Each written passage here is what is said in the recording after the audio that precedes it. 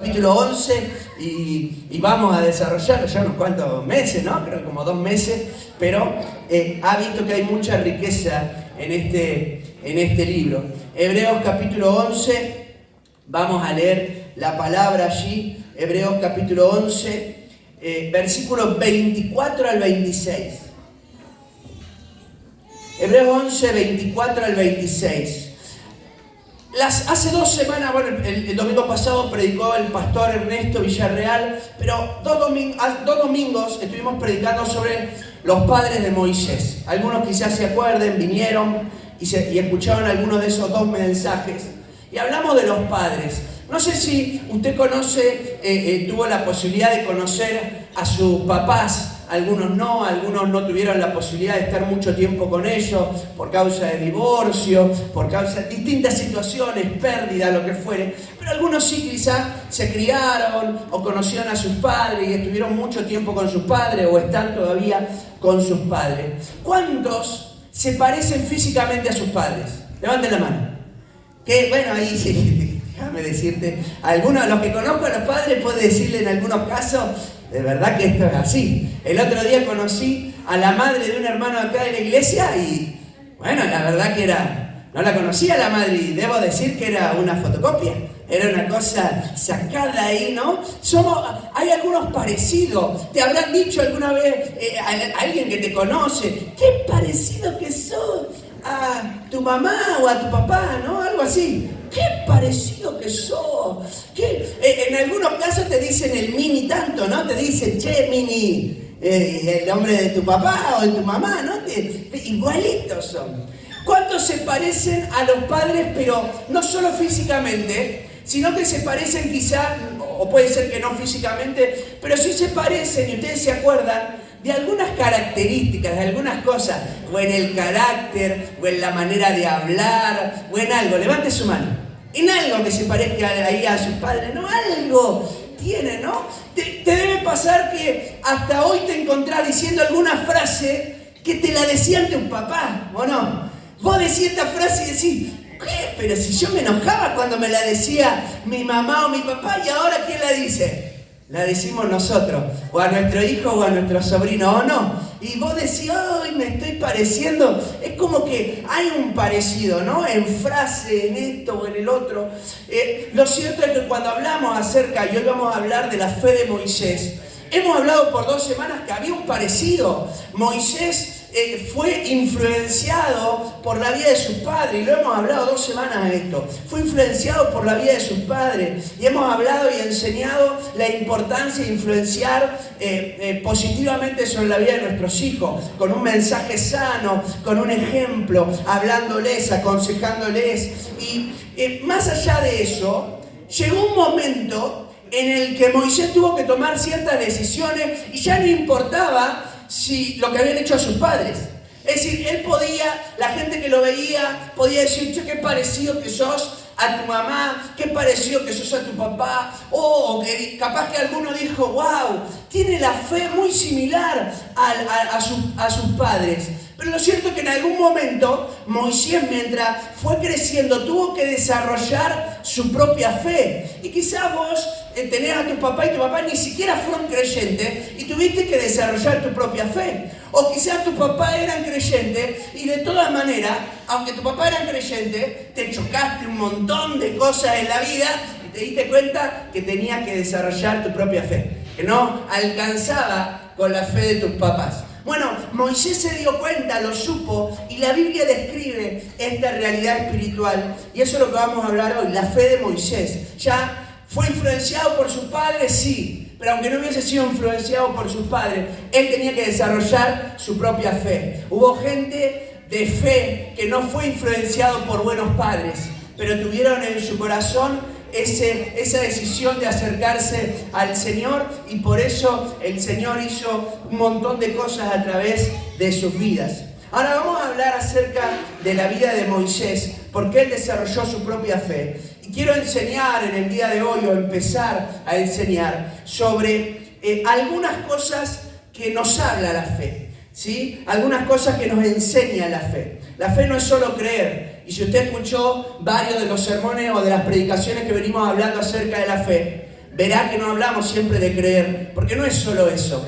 Hemos minimizado la fe y la hemos relacionado solamente con creer. Creemos que una persona de fe es el que cree, y no es solamente eso, es una parte de la fe. La fe habla de conducta, la fe habla de entrega, la fe habla de una vida. Por eso hablamos de una vida de fe. Y vamos a hablar algunas cosas que dice esta palabra. Versículo 24 al versículo 26. Dice la Biblia, por la fe, versículo 24, Moisés, ya no era sus padres, Moisés, hecho ya grande, rehusó, es decir, cuando él tuvo la suficiente edad, rehusó llamarse hijo de la hija de Faraón, escogiendo antes ser maltratado con el pueblo de Dios que gozar de los deleites temporales del pecado, teniendo por mayores riquezas el vituperio de Cristo que los tesoros de los egipcios, porque tenía puesta la mirada en el galardón. Amén. Tremendo. La fe habla de mucho más que creer. Y lo primero que nos habla la fe en el versículo 24, la fe habla de renuncia. Diga conmigo, renuncia. Renuncia. Renuncia. Esa es una palabra que aquí la va a usar va a usar un sinónimo que es rehusar. Pero significa lo mismo, habla de renunciar. Y Moisés, por la fe, va a renunciar. Y antes de meterme en algunos aspectos de la renuncia, lo cierto es que la renuncia nos habla, es una marca distintiva de una persona que es madura espiritualmente. Es decir, uno renuncia a ciertas cosas en la vida por el Señor cuando somos maduros espiritualmente. Antes no. Por eso la Biblia dice en este pasaje que cuando él era grande, fíjense que dice, cuando él fue grande, ¿cuándo qué? Cuando fue maduro, cuando ya había crecido, no cuando era niño. Cuando era niño era influenciado por la fe de sus padres, pero llegó un momento en el que él fue grande y tomó decisiones de persona grande. Y eso habla de una madurez espiritual, habla de crecimiento. Por eso cuando una persona empezamos a notar que empieza a renunciar a ciertas cosas que antes le atraían, pero que ahora por el Señor las deja a un costado, es porque está entendiendo y está creciendo en la fe. Habla de madurez espiritual. Una persona que es madura espiritualmente y renuncia es porque primero comprende que Dios es lo más importante en su vida. Se da cuenta de repente, Dios es más importante que cualquier otra cosa. Entonces cualquier otra cosa me obstaculiza en mi relación con el Señor. ¿Me va siguiendo? Pero también una persona que renuncia es una persona que comprende, que entiende no solamente que Dios es lo más importante, sino que existen cosas que nos alejan de Dios. Y escúcheme bien, hay cosas que nos alejan de Dios. Hay cosas que te alejan y me alejan de Dios. Y yo tengo que, primeramente, en mi madurez espiritual, identificarlas. Y una vez que las identifiqué, tengo que dejarlas. Ahora, la renuncia no es algo que conlleva un proceso también. Uno nunca renuncia, y piénselo en su trabajo. Usted no renunciaría a un trabajo en donde le pagan bien, ¿o no? Si a usted le pagaran 5 millones de pesos. Amén. ¿Quién dijo amén ahí? Bien ahí, bien, dijo, esta es la mía de la fe. Dijo, no, claro, me agarro ahí. ¿No? Si a usted le pagaran 5 millones de pesos, ¿renunciaría al trabajo? ¿Renunciaría? Le lavo hasta el auto. Le lavo hasta el auto. Le lava hasta el auto al final, ¿no? Del día le dice, tomá, te deja ahí. Claro. ¿Te hago la comida después? No, pero si vos viniste, estás haciendo administración, no importa. ¿Te hago la comida? Manteneme los 5 millones. Claro, uno no renuncia a algo en donde está cómodo. Uno no renuncia donde te tratan bien. Uno no renuncia donde te tratan bien. Si capaz que no te pagan 5 millones, vamos a decir que te pagan 3. Pero te tratan bien. Pastor, aunque me traten mal, igual con 3 también entro. Bueno, pero vamos a decir que lo tratan bien y encima le pagan bien. ¿Dejaría, renunciaría? Y probablemente usted no va a renunciar, no me mienta. No va a renunciar, ¿por qué va a renunciar? Ah, porque me la quiero jugar a ver si encuentro algo mejor. No sé. ¿No? Si te pagan bien y te tratan bien, ¿para qué renunciarías, no? Renunciamos cuando nos damos cuenta que en donde estamos, no estamos cómodos, que no nos sirve de nada estar en ese lugar. Ahí renunciamos. Y de la misma manera, nosotros renunciamos a ciertas cosas en la vida cuando nos acercamos al Señor, cuando nos damos cuenta que esas cosas no nos sirven de nada.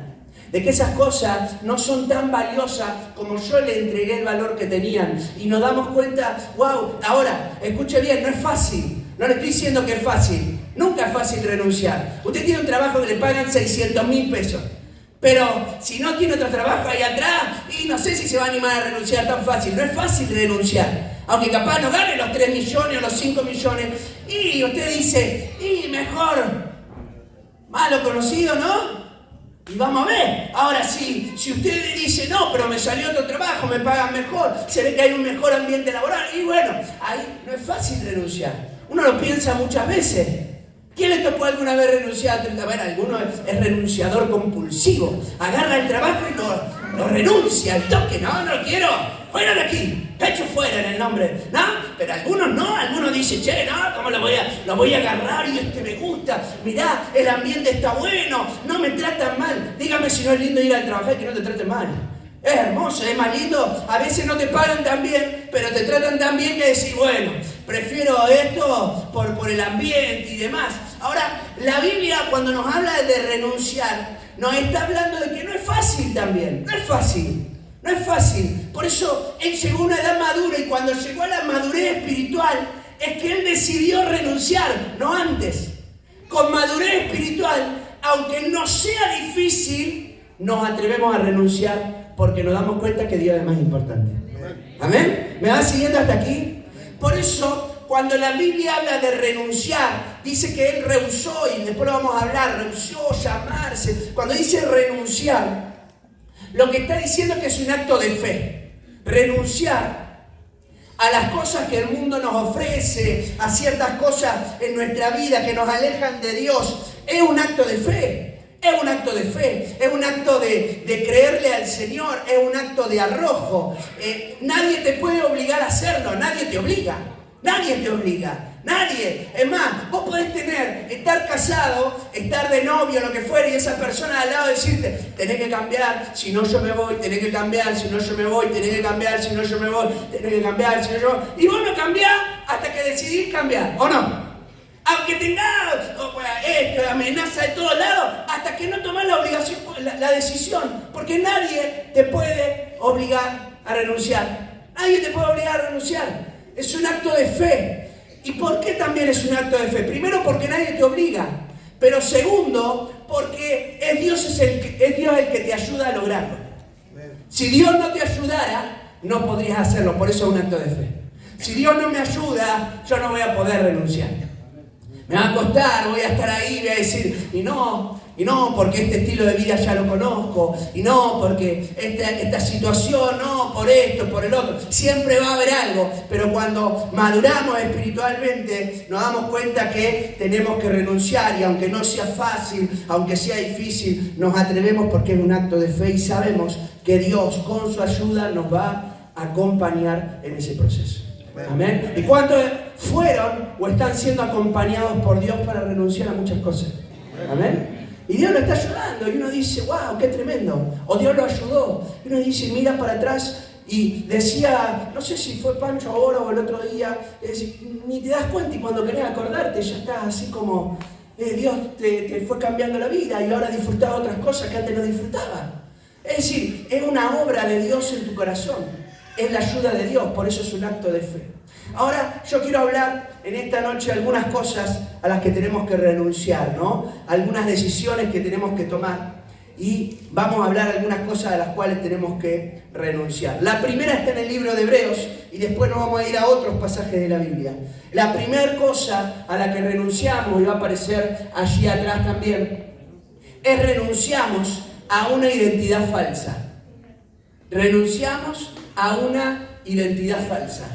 Hay algo que Moisés Moisés es el del que se está hablando. Moisés es la persona a la cual se está usando como referencia para hablar de renuncia. Y si hay algo que Moisés hizo a través de este momento es renunciar a una identidad falsa. Él tenía una identidad. Su identidad era ser parte del pueblo especial de Dios. Él era israelita, pueblo escogido por Dios. De él habían promesa en ese pueblo. Dios había levantado a Abraham y por medio de Abraham había hablado que se iba a constituir una gran nación. Y Moisés va a ser el libertador de alguna manera, ese hombre usado por Dios para sacar al pueblo de la esclavitud y llevarlo al lugar en donde iba a tomar luego posesión de la tierra prometida, cumplimientos de muchas promesas. Ahora Moisés, este hombre, sabía su identidad y él tenía que renunciar a esta identidad falsa, porque él podía ser llamado hijo de la hija de Faraón.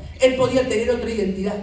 Esa era la identidad que le brindaba el mundo. La identidad que le daba el mundo era que él era prácticamente una persona preponderante en la nación de Egipto. Él iba a tener, y lo tuvo, porque el libro de Hechos dice que fue formado en la escritura, en los estudios de los egipcios. Es decir, él tenía un lugar de autoridad, iba a tener un lugar probablemente dentro de la corte real, iba a ser importante por ser parte de la crianza de esta mujer que era la hija de Faraón. Ahora, aunque todo eso era cierto, esa era una identidad falsa. El mundo te ofrece una identidad falsa y él tenía que saber, mi identidad es otra. ¿Qué te ofrece el mundo como identidad falsa? Y es que el mundo nos dice que, por ejemplo, somos definidos por ciertas cosas. Vos y yo somos definidos por nuestra apariencia. Entonces hay personas que agarran y dicen, no, tal persona, no, es tremendo y es lindo, mira la facha que tiene, mirá, esto y el otro, o todo lo contrario,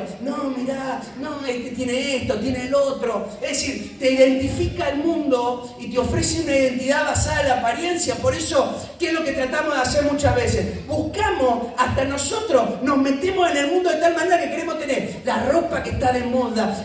¿Por qué? Porque es la identidad falsa que te ofrece el mundo. Ay, no, yo tengo que usar. Y voy a tirar una que no quiero ofender a nadie. ¿Usted me cree que no quiero ofender a nadie, no? ¿Me lo cree? ¿Se acuerdan que antes ponerse lentes, ¿se acuerdan? Ponerse lentes era algo que no se usaba, era hasta estigmatizado. Vos te ponías lentes que te hacían chiste. No vamos a decir los chistes que hacían, pero ¿te hacían chiste o no? ¿Quién tiene lentes desde pequeño? Desde chiquito, cuando tiene problemas de astigmatismo, cosas así, tiene lentes de chiquito y te hacían chistes capaz. Hoy, hasta es de facha que usan lentes. Hay gente, hermano, que no tiene ningún problema en la vista, pero se puso de moda, está con lente, y vos le ves que usa lente. Yo sé que algunos acá andan. Te ponen los lentes, pero claro, es como que, pero no estoy diciendo de acá, estoy diciendo que es normal. ¿Por qué? Porque es algo que se puso de moda, algo que antes no era. Es decir, es tan fuerte que la identidad se basa en la apariencia, que hasta nosotros no nos damos cuenta y empezamos a buscar cosas que en algún momento hasta criticábamos, y ahora nosotros nos metemos en esa vorágine de la vida de que la apariencia habla de quién sos. Y la apariencia es una identidad falsa. Hay personas que se meten y son definidas, y en el mundo se definen por sus posesiones. Vos sos importante si tenés plata. ¿Cuántas veces has tenido amigos cuando has tenido plata? ¿Y cuántas veces esos mismos amigos se fueron cuando dejaste de tener plata? Levantá la mano si te pasó alguna vez. ¿Te pasó o no? ¿Tenías plata y todo? ¿Qué? Pero te quiero, sos mi mejor amigo. Juntémonos a comer. Perdiste el trabajo. Préstame 500. Préstame 500, dame, y después no te lo devuelvo más. No, como hay tantas cosas. ¿Pero por qué? ¿Por qué pasa eso? Porque es una falsa identidad del mundo. Es por las posesiones, son definidos. Entonces soy importante si tenés plata. Escuche, eso también se ha metido muchas veces en la iglesia. Se le ha dado valor a personas porque tenían plata y no se le ha dado valor a otras personas porque no tenían. Y ese no es el espíritu del Señor. Y no es el espíritu de la iglesia de Cristo. Jesús estaba entre los pobres, no le importaba, tenía plata. Había una mujer como Juana que tenía mucho dinero y Jesús le ayudaba con los bienes a Jesús en el ministerio. Y Jesús estaba también con personas pobres, carenciadas, y lo veían de tal manera que decían que él andaba entre gente que no tenía un buen comportamiento. come con pecadores. ¿Se entiende? Es decir, el mundo te ofrece una identidad falsa. Es por tu apariencia, es por tu comportamiento, por tus posesiones, es por tus relaciones. Si vos tenés buenas relaciones con personas influyentes, entonces, wow, sos tope de gama. Wow, no, no sabe lo que es, porque es tal cosa. ¿Por qué me tenés que definir por tal o cual relación? No, porque mirá, se relaciona con tal, tiene a tal amigo, no sabe. O se desprecia en el mundo por no tener conexiones. ¿Cuántas personas están en lugares hiper importantes dentro de nuestra nación y no tienen ningún conocimiento de nada y solo están porque tienen relaciones? ¿Me vas siguiendo? Es decir, ese es el espíritu del mundo. Y entonces la Biblia dice que nosotros tenemos que renunciar a esa falsa identidad. A vos y a mí no nos pueden definir ni la apariencia, ni las posesiones, ni nuestras relaciones. A vos y a mí nos define el Señor. ¿Cuántos dicen amén? A vos y a mí me define el Señor. Y vos sos lo que sos porque el Señor te compró con sangre preciosa, derramó su vida y te dijo, sos valioso. Más que el oro, más que la plata. Es decir, y por eso muchas veces, metiéndonos en esa vorágine, intentamos mostrar algo que realmente no somos porque habla de una falsa identidad. Ahora, nosotros en esto tenemos que renunciar a esa falsa identidad y decir, Señor, yo sé quién soy, mi verdadera identidad está en Cristo Jesús. Amén. Lo segundo que tenemos que renunciar, Segunda de Corintios capítulo 4 versículo 2 dice que tenemos que renunciar a lo oculto. Segunda de Corintios 4:2 dice la Biblia, antes bien, es el apóstol Pablo que viene hablando, renunciamos, palabra que aparece nuevamente, renunciamos a lo oculto y vergonzoso, no andando con astucia ni adulterando la palabra de Dios, sino por la manifestación de la verdad, recomendándonos a toda conciencia humana delante de Dios. El apóstol Pablo, defendiendo su ministerio, va a diferenciarse, a distanciarse de las personas que aparentemente tenían una identidad, pero que en el fondo seguían manteniendo secretos ocultos. Y la Biblia nos habla que nosotros tenemos que aprender a renunciar a lo oculto. Y miren, si estamos haciendo algo en lo oculto, es porque nos da vergüenza. Por eso dice oculto y vergonzoso. Cuando yo hago algo en lo oculto, cuando yo oculto algo, cuando yo no quiero que otros sepan, ¿por qué es? Porque me da vergüenza. Si no, no lo ocultaría. ¿No? Si no, no lo ocultaría. De repente, pediste plata que no tenías que pedir y no se entera la gente. ¿Se entiende? Porque me da vergüenza. De repente, no sé, hiciste tal cosa, no se entera el resto porque nosotros actuamos de esa manera porque nos da temor, nos da miedo, nos da vergüenza delante de la gente. Y la Biblia nos llama a renunciar al oculto. Si estamos haciendo algo en lo oculto, no es de parte de Dios. Aunque yo le intente buscar en mi mente una explicación de por qué lo hago. Porque nuestra mente trabaja de una forma tremenda. Nos hace creer que está bien lo que estamos haciendo. Pero no es cierto, porque si es oculto, me da vergüenza. Y si me da vergüenza, no está bien. ¿Amén? Una vez, cuando era adolescente, ni adolescente, no me acuerdo la edad. Capaz que tenía 12, no me acuerdo. Le robé la moto a mi mamá. Le saqué la moto a mi mamá. Ella tenía un ciclomotor, ella trabajaba... Le habían dado a la empresa una moto, en aquel momento un ciclomotor, una Zanella 60, a ver lo que están más grandecitas, ¿se acuerdan? Que ellos qué lindo que andaban.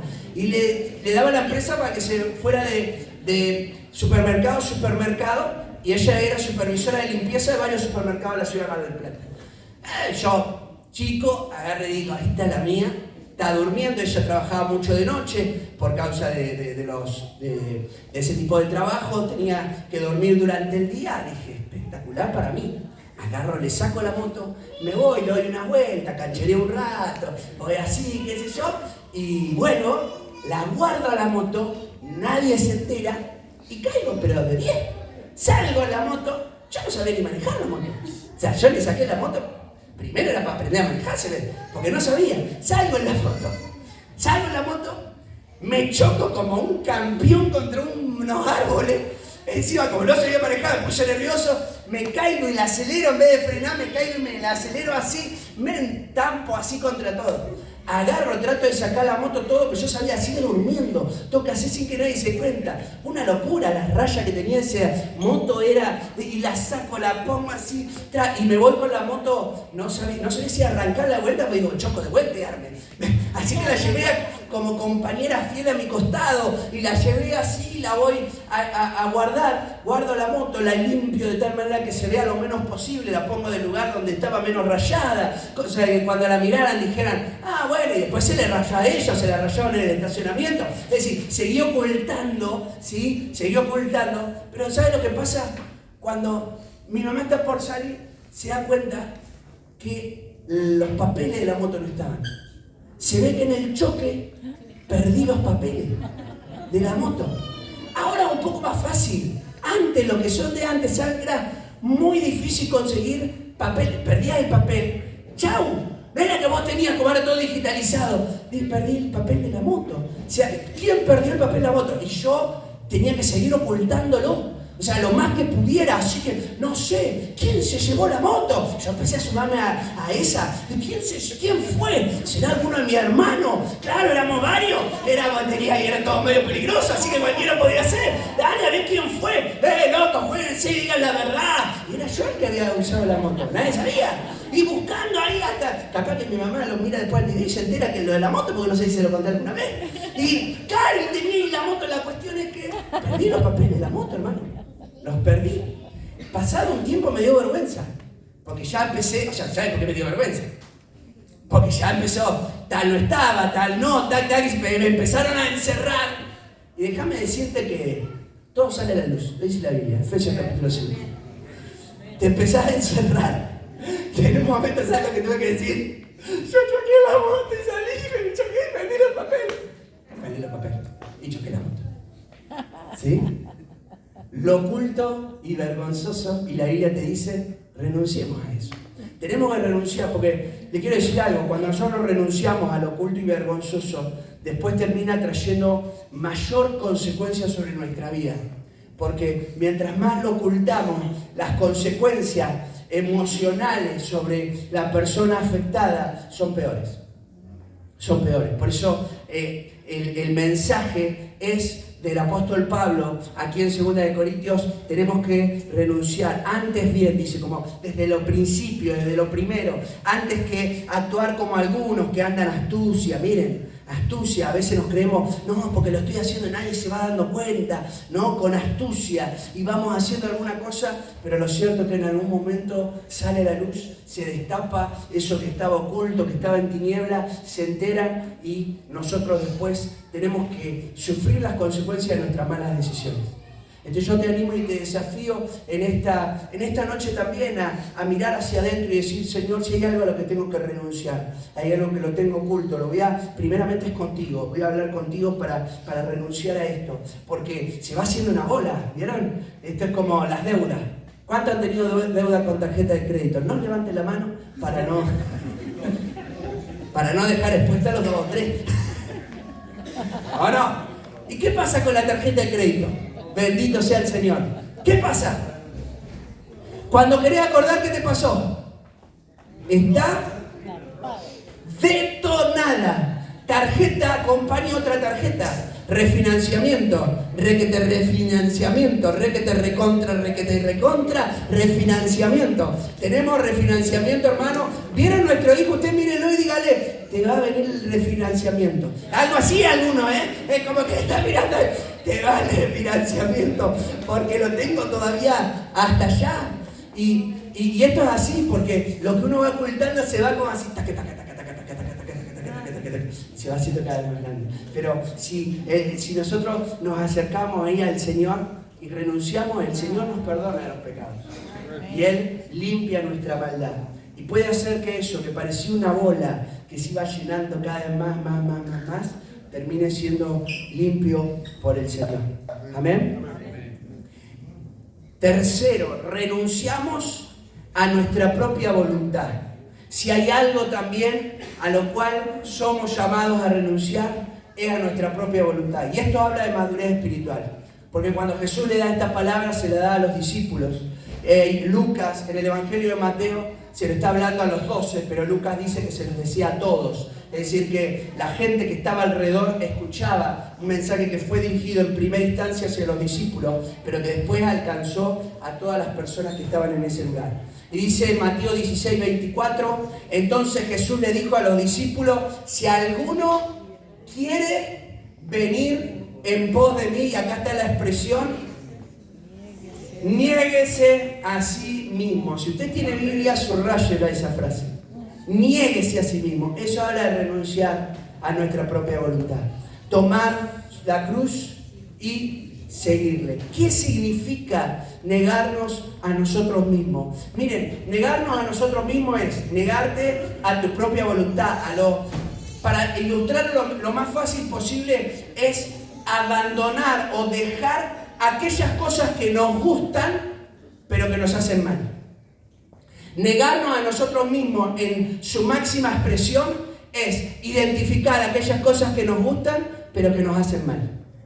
Que nos gustan hacer, pero que no son buenas para nuestras vidas, que no son buenas para nuestra familia, que no son buenas para nuestro hogar. Eso es negarnos a nosotros mismos. Y tiene que ver con esas cosas. ¿Por qué? Me gustan, pero no son buenas para mí, porque me alejan del Señor. ¿Se acuerdan que lo hablamos del principio? ¿Por qué no son buenas para mí? Porque me alejan de Dios, porque repercute en malestar a mi familia, porque deja consecuencias, marcas, que después, con el paso del tiempo, tardan en ser borradas. Entonces, nosotros necesitamos allí aprender a negarnos a nosotros mismos. Es decir, bueno, aunque esto me guste, lo voy a dejar a un costado y no lo voy a hacer porque me aleja de Dios. Si me aleja de Dios, no es bueno. Puede parecer bueno, pero no es bueno. Si me aleja de Dios, no es bueno. Pero esto no es tan malo. Es decir, no es que estoy, qué sé yo, no me estoy drogando, no es que estoy haciendo tal o tal cosa. Pero si te aleja de Dios, no es bueno. Si me aleja de Dios, no es bueno. Entonces la Biblia nos habla, y se lo dijo a los discípulos que tenían madurez espiritual, niéguense a sí mismos, aunque les guste, aunque sea algo que ustedes quieran hacer, niéguense a sí mismos. Piense en un atleta, piense en una persona que tiene, no los que hacen algún ejercicio de vez en cuando, sino un atleta, ¿no? Los Juegos Olímpicos, usted ve los Juegos Olímpicos de cualquier disciplina. ¿Usted se imagina que una de esas personas puede comer lo que quiere? Lo que quiere, se levanta y dice, hoy como asado, mañana como asado, pasado como asado, no importa. ¿Cómo? Voy a tráeme más pasta, tráeme más. ¿Se imagina eso que hace así? No. ¿Por qué no? ¿Por qué no lo hace? Porque no lo va, si lo hace, no va a poder seguir siendo atleta. Si lo hace, tiene que renunciar a ser atleta.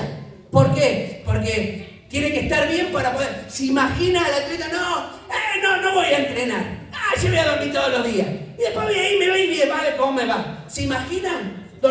Nosotros a veces usamos el caso de Messi, ahí los argentinos le hablaban, Messi como que Dios le dio un don, el tipo se levanta todos los días a entrenar, puede ser que tenga algunas cosas innatas, pero se levanta todos los días a entrenar, va, juega, hace esto, hace el otro, se cuida, no come, da entrevista y dice, yo no como helado, mi único permitido es, cada tanto me como un poquito de helado. Claro, no se queda durmiendo todo el día. Después me levanta, ¿sabes qué? Salgo corriendo, me lo paso a todo y ya está. No, porque un atleta no lo puede hacer. ¿Cuántos de los que están acá, varones, les gusta el fútbol, o mujeres les gusta algún deporte, vóley, lo que sea, handball, lo que sea? Y si dormís todo el día no lo vas a poder hacer bien, ¿o no? Tenés que hacer algo, por lo menos salir a correr, caminar, o no se puede, no hay manera. El atleta no puede entrenar algunos días, no, se acerca a la competencia. Entonces voy a agarrar y me voy a poner a entrenar 2 días antes. Y voy a agarrar y 2 días antes entreno con todo y le meto. ¿Saben cómo le va a ir? Sale como a veces salimos nosotros los argentinos, número 70, y vos decís, che, claro, ¿cómo hace? Ni clasifica, no va a clasificar ni siquiera al juego. ¿Por qué? Porque el atleta, si quiere ser atleta, tiene que renunciar a cosas que le gustan porque sabe que si no, no puede ser atleta. Aquel que quiere conocer al Señor y quiere ser discípulo de Jesús, si quiere ser discípulo de Jesús, hay cosas a las cuales tiene que renunciar, aunque le guste hacerlas, pero sabe que si es creyente y quiere seguir a Cristo, esas cosas le alejan de Dios. Entonces terminamos dejándolas. ¿Por qué? Porque son malas en sí mismos, capaz que no. Pero entendemos que si no las hacemos, si las seguimos haciendo, entonces nos alejamos del Señor. Amén. Por eso cuando la Biblia habla acerca de la renuncia, habla de un acto de fe. Dios es el que nos va a ayudar. Si hoy el Señor empieza a desafiarte al corazón y empieza a hablarte, es porque te está queriendo decir, quiero usar tu vida. Quiero continuar, pasar a lo segundo que quería compartir. La fe habla de elección. Versículo 25, dice la Biblia, escogiendo antes ser maltratado con el pueblo de Dios que gozar de los deleites temporales del pecado. Cuando hablamos de fe, hablamos de renuncia, pero también cuando hablamos de fe, hablamos de elección. Diga conmigo, elección. Elijo, yo elijo, dice la Biblia, escogiendo antes. Uno escoge, ¿sabe qué escoge? Lo que valora. Yo escojo lo que más valoro. Cuando yo tengo que tomar una decisión sobre 2 cosas o 3 cosas, ¿cuál es la que elijo? La que yo más valoro. No voy a elegir la que menos valoro. ¿Cuál termino eligiendo? La que más valoro. ¿Y saben cómo puedo identificar cuál es la que más valoro? Porque es la primera cosa que viene a mi mente. Cuando tengo que ir a la elección, lo primero que viene a mi mente es eso. Por eso dice la Biblia, escogiendo antes. Miren, Él va a escoger el maltrato para identificarse con el pueblo de Dios que la riqueza. Es decir, no tiene que ver con un beneficio temporal, sino que tiene que ver con algo que Él valoraba, y lo valoraba porque fue lo primero que venía a su mente. Lo primero que vino a su mente, es más, lo llevó a cometer errores, que sea lo primero que viniera a su mente. Porque la Biblia dice que Él, la primera vez que intenta libertar al pueblo de Israel, lo hace de mala manera. Porque lo primero que dijo es, no puedo dejar que alguien esté maltratando a alguien del pueblo, y dice que lo mata a ese alguien. Es decir, fue lo primero que se le ocurrió porque fue lo que más valoraba, era su pueblo, era lo que más valoraba. Cuando nosotros escogemos lo que valoramos, es lo primero ahí, como habla esta palabra en el libro de Hebreos. Y la Biblia, cuando habla acerca de esto, hace una lección simple. Hebreos dice, para Hebreos es simple. Por un lado está Dios, escuche bien, por un lado está Dios, por otro lado está el mundo. Es decir, no hay 200 cosas. Por un lado está Dios y por otro lado está el mundo. Y por eso miren las palabras que dice. Y habla acerca de los placeres de este mundo. Y yo quiero hablar rápidamente acerca de esto. Yo te voy a decir qué te ofrece el mundo y después te voy a decir qué te ofrece Dios. Pero el mundo te ofrece primero satisfacción. Dice la Biblia, gozar de los deleites.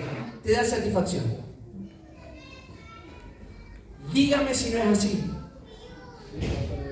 Después vamos a ver qué característica tiene esa satisfacción.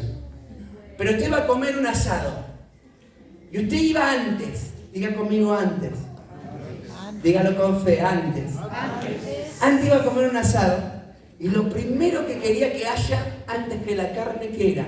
Un vino. Un vino. Usted se garantizaba, ¿no? Y por lo menos, quiero pasar bien el rato. Si hay pelea, ni me acuerdo. Si hay discusiones, nos vemos dentro de 24 horas, porque ni ahí. Y el alcohol te da satisfacción. Te da satisfacción. Es temporal, lo dice después, pero te da satisfacción. Es decir, el placer del mundo, no sé, estar con una mujer o estar con el hombre, no tener relaciones, da satisfacción. Pero aquí está la palabra que viene pegado, porque tiene que ver con eso. La Biblia en Hebreos va a mencionar 2, después yo voy a hablar una que aparece en otro pasaje. Pero por un lado, los placeres del mundo te dan satisfacción, pero por otro lado, son temporales. Es temporal, diga conmigo temporal. Temporal significa que es por un momento nada más. Te da una satisfacción momentánea. Es momentánea. ¿A cuántas de las mujeres, más capaz que a la mujer le gusta más lo dulce? Capaz que esto lo digo porque a mí me gusta más lo salado. Las mujeres a veces les gusta más lo dulce, les gustan los postres capaz más que a los varones. No sé si es así, hay capaz varones que les gusta también el postre, pero en reglas generales. No se siente con culpa después de que se come una cosa así de torta, de chocolate. No se lo come con ganas, pero después le da un poquito de culpa porque se lo comió muy rápido. ¿No? Más o menos, un poco de culpa, un poquito sí, un poquito no. Pero es como que después te da culpa. Ahora, en el momento que te da placer, te da satisfacción. Y agarrá esa y lo metí así en el mantecocido. No sé qué más hacemos, ¿no? Pero, claro, lo disfrutás. ¿Por qué? Porque es temporal. Temporal, te da una satisfacción para un momento, ¿no? Es para un momento. Después de ese momento que pasa, nosotros nos sentimos, y escuche bien esto, ¿por qué le digo que es temporal la satisfacción? Porque eso que estamos haciendo, está intentando saciar algo mucho más profundo. Y jamás lo va a poder saciar. Entonces, como no lo puede saciar, es temporal. Si fuera algo que realmente saciara por completo, sería algo permanente. Por eso, esta es la comparativa más trascendental entre los placeres y el Señor. Cuando vos vivís una experiencia continua con el Señor, tenés satisfacción permanente, aún en la parte más profunda, porque de repente eso que antes no sentías que te satisfacía cuando lo hacías o te daba una satisfacción temporaria, ahora con el Señor tenés una satisfacción plena y completa. ¿Amén? ¿Por qué? Porque estás haciendo en realidad eso profundo que nosotros tenemos. Pero hay una característica de los deseos de este mundo, de los placeres de este mundo, que es terrible. Y está en Tito capítulo 3, versículo 3. Dan satisfacción, son temporales, pero esta es la peor de todas, porque esas dos uno dice, algunas cosas yo las puedo manejar, diría alguno. Pero miren lo que dice Tito capítulo 3:3. Producen dependencia. Produce dependencia. Dice el versículo 3 del capítulo 3 del libro de Tito: nosotros también en otro tiempo, insensatos, rebeldes, extraviados, es decir, sin camino. Escuche, dice, esclavos de concupiscencias, de deseos. Eso significa concupiscencia. Esclavos de deseos y deleites diversos. Produce dependencia. Sigue el pasaje, léalo ahí, pero quiero resaltar esta expresión: esclavo de los deseos. Por eso produce dependencia. Me vuelve esclavo de eso que me daba deleite, que me daba satisfacción, que era temporal porque no llegaba a lo profundo de mi vida, pero que encima, lo peor de todo, me da después una dependencia. Por eso después, y el pecado es adictivo, hermano. El pecado es adictivo, por eso una persona después se pierde en el pecado. Porque es adictivo, haces algo y de repente te da placer, es temporal, pero de repente no lo podés dejar. Y cuando lo querés dejar, ¿cuántos han entrado en una adicción de cualquier tipo y les ha costado muchísimo dejarla? Porque es adictiva, todo el tiempo está de lo que sea, lo que fuere, porque uno está metido allí y no puede salir, se vuelve esclavo de ese deseo, produce una dependencia profunda en el corazón. ¿A cuánto les gusta pescar? Quiero ilustrarlo fácil, rápido. Levante su mano. Hoy uno me dijo que quería ir a pescar, allá está el muchacho. Quiero ir a pescar, un día horrible, él dice, el día ideal para pescar. Ayer era. Hijo de hoy, ¿no? Va a pescar, ¿no? Usted tira la carnada, tira el anzuelo sin carnada. No. ¿Qué le tiene que poner? Sí o sí. Carnada. ¿Y el pez qué va a agarrar? La carnada. La carnada, el pez no ve el anzuelo. Pero ¿cómo queda el pez? Enganchado. Usted no va a ver, hermano, el anzuelo. Yo no voy a ver el anzuelo. Yo voy, ¡clac! Y después me quedo enganchado. No, lo hice una sola vez, ¡tac! Y me engancha. Y cuando quiero acordar, ¿sabe qué? Chao, prendieron fuego, parrilla, a la parrilla, hermano, chao. Produce dependencia y como produce dependencia, destruye nuestras vidas.